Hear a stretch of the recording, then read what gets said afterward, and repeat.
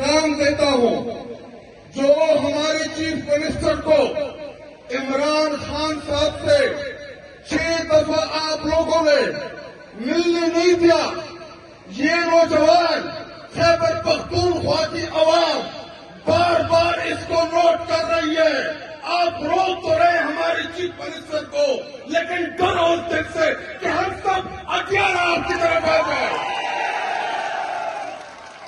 اور آپ کو کیا لگتا ہے کہ یہ ترامیم کرنے سے آپ اس قوم کو ڈرا دیں گے؟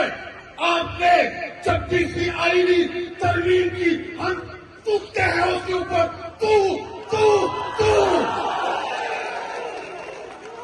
آپ نے 27ویں آئینی ترمیم، آپ نے 27ویں آئینی ترمیم ایکسٹینشن کے لیے، ایکسٹینشن لینے کے لیے کی۔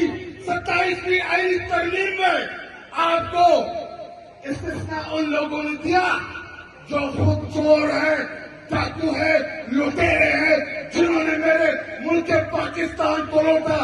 عمران خان آئے گا، آپ کی استثناء کی ایسی کی ایسی کر دیں گے۔ اور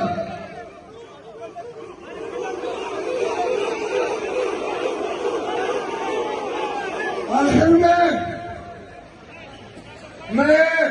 اپنے نوجوانوں سے مطالبہ بھی کرتا ہوں اور ایک گزارش بھی کرتا ہوں۔ میرے نوجوانوں، میرے اور آپ کا لیڈر، میرے اور آپ کا قائد عمران خان صاحب جیل میں بار بار مڑ کے ہماری طرف دیکھ رہے ہیں۔ عمران خان صاحب نے میرے اور آپ کے بڑے ہونے کے لیے 28 سالہ جدوجہد کی ہے۔ میں اللہ کی حاضر ناظر کہہ کے، اللہ کو گواہ بنا کے، اگر ہمارا لیڈر ہمارے لیے اپنے جسم کے اوپر زخم کر رہا ہے تو ہمیں بھی قسم لی ہے عمران خان کے ساتھ کھڑے رہیں گے، ڈٹے رہیں گے، نہیں پیچھے چھڑا دیں گے۔ وہ ہمارے لیے جیل میں ان کی زوجہ بشرا بی بی جیل کے اندر ہے۔ میں پاکستان کی اسٹیبلشمنٹ کو کہتا ہوں، میں پاکستان کی تمام عسکری قیادت کو کہتا ہوں کہ سمجھ جاؤ، چلے جاؤ، مت ڈرو میرے لیڈر سے۔ اگر آپ جیل گئے، ان سے بات کی پاکستان کے لیے، میرا لیڈر انشاءاللہ ہمیں اعتماد ہے کہ پاکستان کے لیے وہ آپ سے ضرور بات کرے گا۔ اگر آپ کو یہ لگتا ہے کہ ہم عمران خان کو ڈرا دیں گے، ہم عمران خان کو کمزور کر دیں گے، بھول ہے آپ کی۔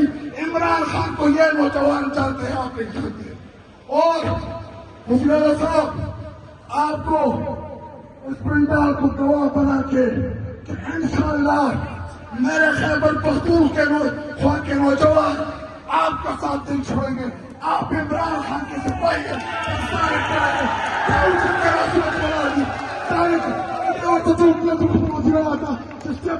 پتہ ہونا بھی چھٹائی آواز دیتے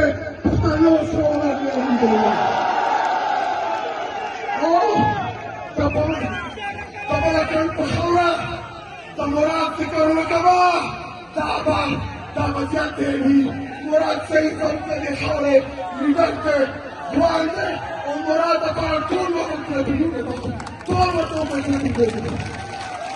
شکریہ۔